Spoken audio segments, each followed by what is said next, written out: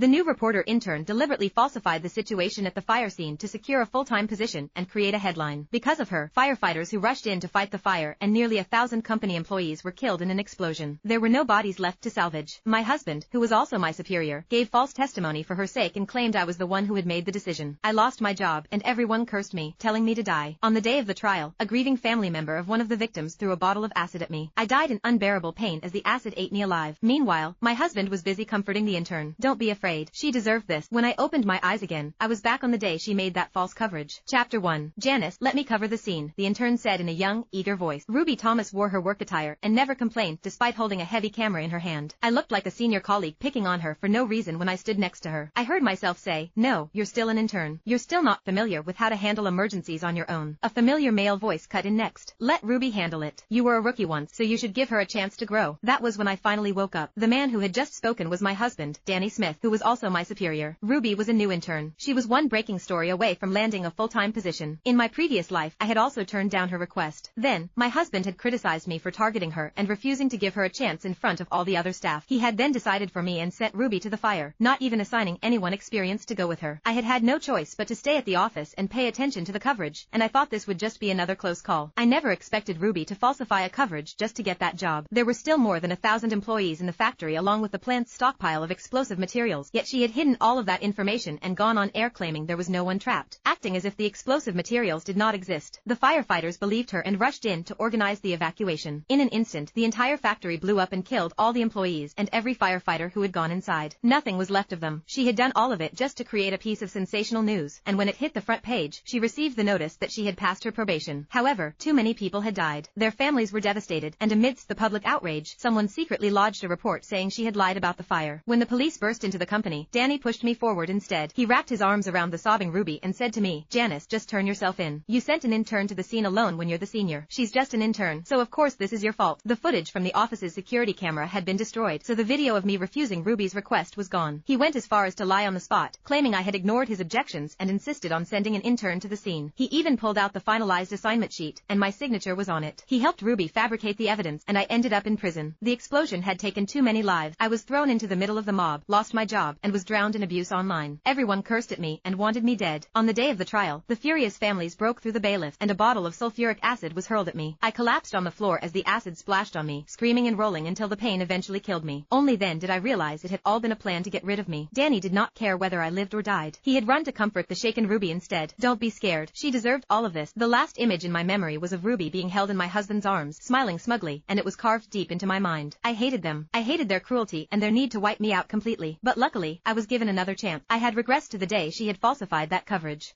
Chapter 2. The pain of acid burning through me pulled my mind back to the present. As soon as Danny finished speaking, Ruby gave him a shy smile, and they exchanged a look right in front of me. The next second, Danny reached out and patted her head. Once you finish covering this story, you'll be confirmed full-time. Ruby's eyes lit up, but before she could say anything else, I stopped them. So, you don't need me anymore? Should I resign now and leave you two to do it together? I wasn't going to just let it go this time. I didn't want to let them get away with this, and I definitely didn't want innocent people to die for this. My bluntness turned the mood in the office heavier in a heartbeat. Ruby's eyes turned red, just like a scolded child, making Danny yell at me immediately. Watch your tongue, Janice. Ruby and I are just co-workers. I stepped in because I saw you picking on a newcomer. As your husband, I couldn't just stand by and do nothing. Instead of reflecting on yourself, you're even refusing to change for the better? I couldn't help but smile coldly internally. Co-workers? It looked more like something else entirely to me. He was already fooling around, yet he still wanted to act like he was doing nothing wrong. No means no. This breaks company policy. An intern can't go to a scene without a senior reporter, I said. At the mention of company policy, Danny scoffed instead. Are you trying to push me out, Janice? Unfortunately,